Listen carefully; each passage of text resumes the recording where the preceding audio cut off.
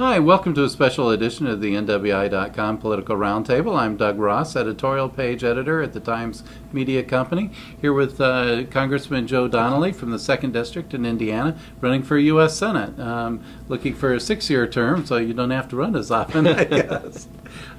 We should probably talk about defense. Sure. Of course, what we've seen in the last few years is the death of Osama bin Laden, kind of the winding down in Iraq, and now we've got a deadline for Afghanistan. So, what do you see as the role of the military going forward and for defense spending? Obviously, first and foremost obligation of the government is to keep the people of this country safe, and so that is our mission in defense, is to make sure that we keep our nation safe, and that anybody who threatens our nation, that we are able to make sure that that threat can never be moved forward. And so we have people around the world.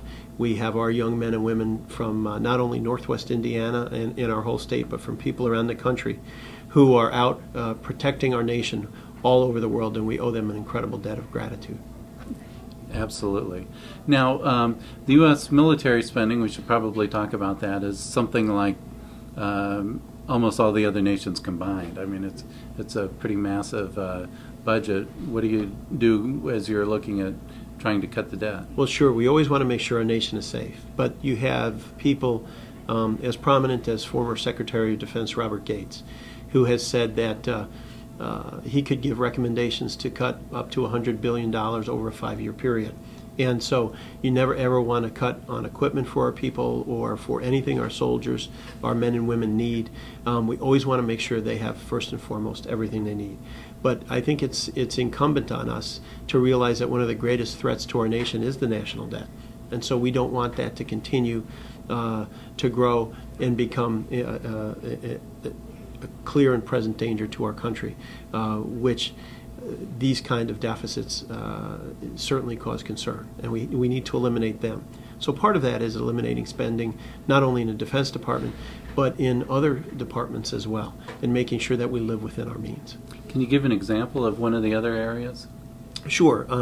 Besides the Department of Defense, you have areas like the Department of Transportation, where you look and you go, hey, we can certainly figure out a way to reduce spending there by 10%. And if they can't figure it out in the Department of Transportation, we'll figure it out for them. And so what often happens is they can look at a budget like that and be able to determine those kind of things. And you can do that in a number of the different agencies across the government. We have other areas, such as if we do more offshore oil drilling, the royalties that come in on that can go toward paying down the national debt, and that can be a very, very significant amount of money.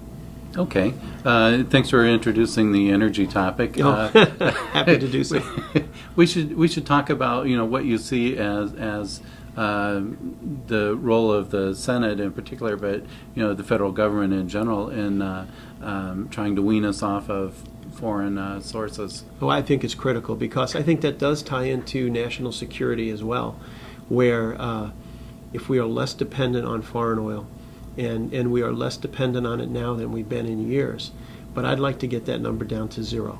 And when we do, we have a stronger country, we have a country that's safer and more secure, and we're also creating more jobs right here in the United States of America. So I believe in an all-in American energy policy, which is oil, wind, solar, ethanol, biodiesel, coal, so many different materials that we can get from right here in our own country. And when we do, we're creating jobs, we're creating wealth, and creating better national security. Okay. Auto industry. The Chrysler situation is probably the biggest difference between you and your opponent, Richard Murdoch. Well, that is certainly one of them. Some of the other ones are that I believe very, very strongly in trying to work together with other members, with other people across the country. Anyone of goodwill who has good ideas that can make our country stronger. It's of no interest to me whether they're Democrats or Republicans. We just need to make America stronger. And I've often said, I'll walk from Lake Michigan to the Ohio River if it can find 10 more jobs for the people of Indiana. And Chrysler is a good example of that, where I fought nonstop to try to make sure our auto companies could make it through, that they had an opportunity to succeed. And the Chrysler loan has been paid back. It cost taxpayers Nothing. And it helped to save jobs everywhere across the country, and especially here in Indiana. It was estimated that we would have lost over 150,000 jobs just in Indiana alone if Chrysler hadn't made it. And the person who tried to force the liquidation of Chrysler was Richard Murdoch, who's running for U.S. Senate. And I think that was a disservice to those families and to our state to try to pursue something that could be so damaging. Okay. We should talk also about Evan Bayh was campaigning with you recently. Evan made no secret about his desire to do something for Gary, and in particular, knock down abandoned houses. Right. So, what would you see as your role? I would love to carry on that goal, and also work very closely with Congressman Pete Visclosky, who is a good friend of mine and who I know works very, very hard on the same thing, and Mayor Karen Freeman Wilson and her whole team, and also everyone from Lake County government.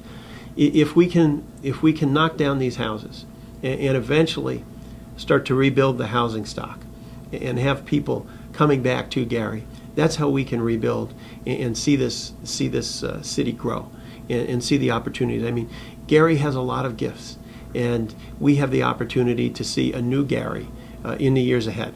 But it starts with the basics of doing things like demolition, and I would be all in on trying to help that. Okay.